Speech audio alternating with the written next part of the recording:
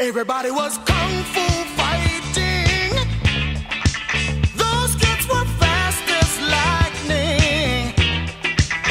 In fact, it was a little bit frightening, but they fought with expert timing. You know, I was happy for a little while there.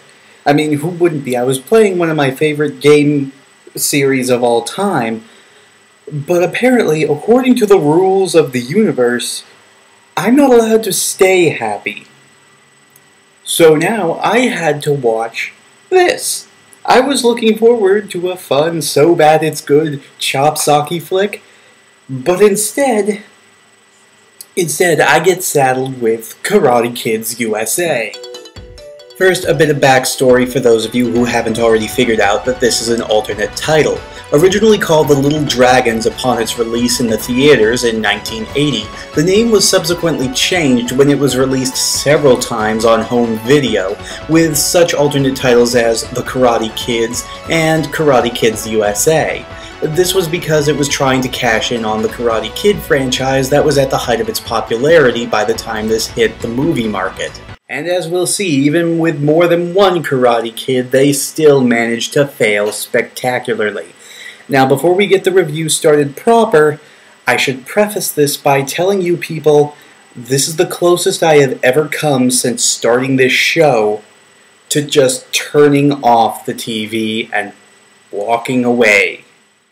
So what's the story of this happy little PG-rated romp? Well, it starts out in a dojo where two brothers, Zach and Woody, who are actually real-life brothers, apparently, are practicing basic white belt training techniques despite the fact that everybody from the youngest person to the oldest in this dojo is wearing black belts. Anyway, they are embarking on a weekend camping trip with their grandfather JJ, who, as we'll see later, is the only competently played adult in the entire movie. Anyway, they run into a young girl named Carol in the woods who's out vacationing with her parents in their extremely fancy RV. However, trouble starts brewing when a backwoods mother and her two bumbling sons get the bright idea to try and kidnap the girl and hold her for a sizable ransom that they think the parents will be able to deliver based solely on how big and fancy their RV is. And despite the fact that the girl's parents, the local sheriff's department, and even the FBI get involved, it's up to the two brothers to try and save the princess. Now, bearing in mind that this movie was released before films like Home Alone, The Three Ninjas, Teenage Mutant Ninja Turtles, all of those, one would think that this movie might actually have a chance at being good, because this type of plot really wasn't that cliched at this time. Oh sure, it was cliched, but certainly not as bad as it would become during the 90s and early 2000s. But, well, this somehow manages to be the worst of any movie with this type of plot I have ever seen. So, where do we start with this pile of fail? Well, let's start with the characters. Strictly speaking, there are no characters, only boring people. Even the worst martial arts movies that I've watched, such as The Blind Fist of Bruce, at least had some personality to their characters and did their best to make them seem enjoyable. But here, nobody does anything to make their characters stand out. And even though at some points I will give them credit for acting realistically, such as actually going to the police when their daughter is kidnapped, for example, none of the characters seem to be having any fun at all in this film, and as such, they come across as very stilted and boring, and not very compelling to watch. Now, this is especially noticeable when the movie actually attempts, and fails I might add, to inject some humor into the situations. A flying kick? You're not ready for a flying kick. Oh, yeah? You see that branch?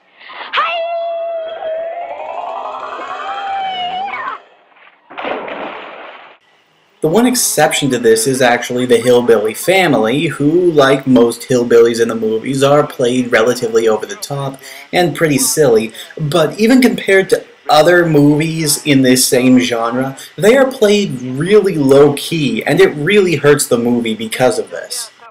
We could get that man some money and be gone out of here before anybody knowed it. Long gone and free as the wind. What do you think, Pa? Oh, it hurts, Mama. Oh, go get some ice and put it on that thing. Now, I will give the movie some credit on one front, and that's that the editing and the framing was actually pretty well done. You could tell that there actually was a lot of professional effort put into making each scene look as nice as possible, and it really does look high-end, especially for something out of the early 1980s. However, that doesn't really excuse the fact that what is in the scenes is completely boring. Pretty much everything in this movie is nothing but boring conversations, or watching people enjoy a vacation, or watching people talk to the police about the kidnapping. And quite honestly, you could say this was build-up, but none of it has any real payoff anywhere in the story. It's all just padding. This movie is nothing but padding. Now, before we continue to the meat of this review, the assessment of the martial arts, I need to preface it by explaining something. This movie came on this 50-movie pack containing primarily martial arts movies. Now, that would lead one to believe that every movie on this pack would have some semblance of martial arts in it, or at least some impressive hand-to-hand combat. Now, granted that this is a PG-rated 1980s family film where the kids are the only ones in any sort of martial arts class, do you think that is a fair assessment to make? It is not. Okay, I will be a little more fair than that and say that there are actually some martial arts in this actual martial arts film, but because it's all performed by child actors who look like they've only learned the basics of white belt karate, most of it is extraordinarily unimpressive, and a majority of it looks like, well, play fighting, the kind of things that 7- and 8-year-olds would do when they were trying to impress each other by saying that they know karate. Heck, the most impressive display of martial arts in this entire movie is this point right here, where one of the kids flying kicks one of the hillbilly bastards into a giant toilet.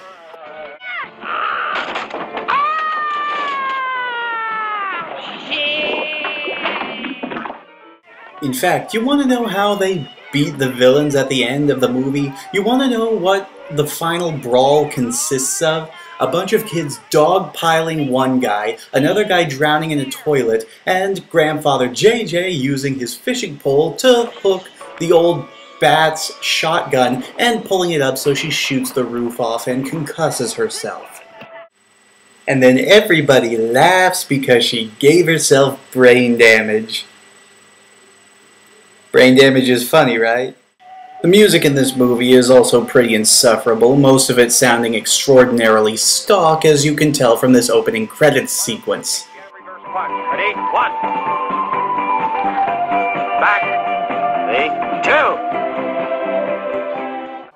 2. Heck, there's actually a pretty good chunk of the movie that is dedicated to a small dance scene, but instead of licensing a song that people would actually want to hear, we get to hear the entire crowd singing this.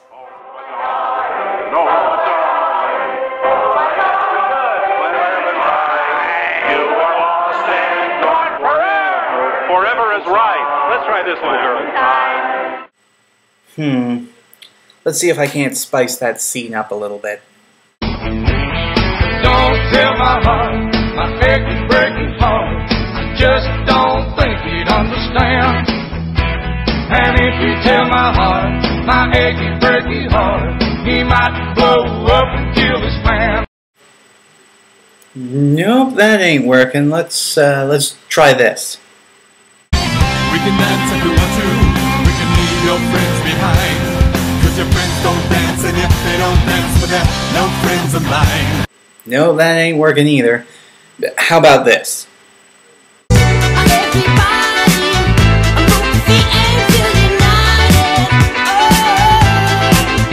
No, that is truly amazing.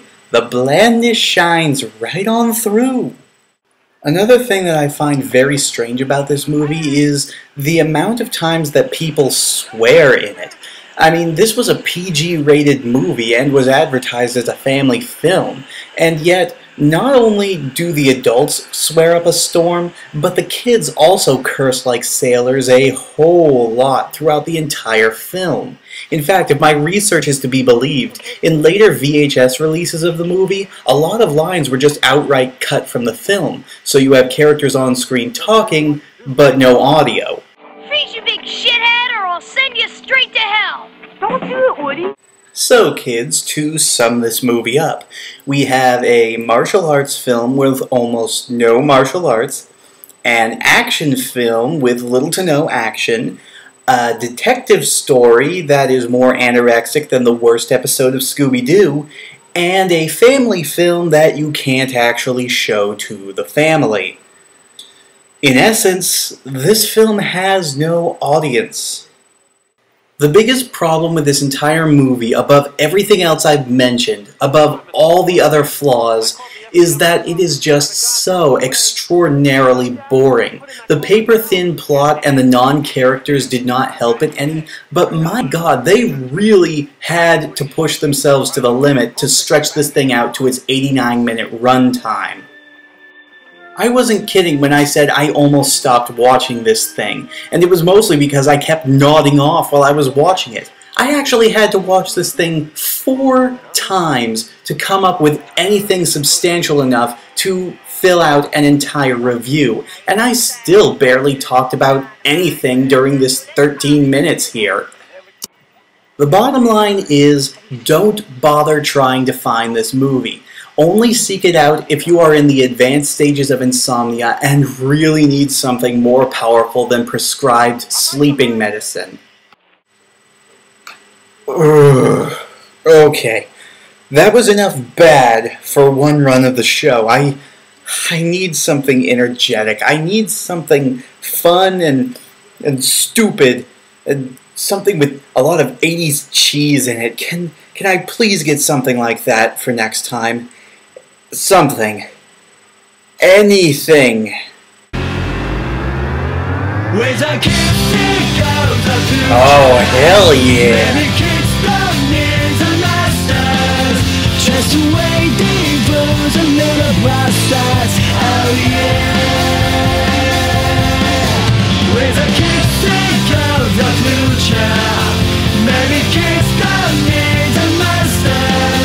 Just waiting for the little bastards. Oh yeah.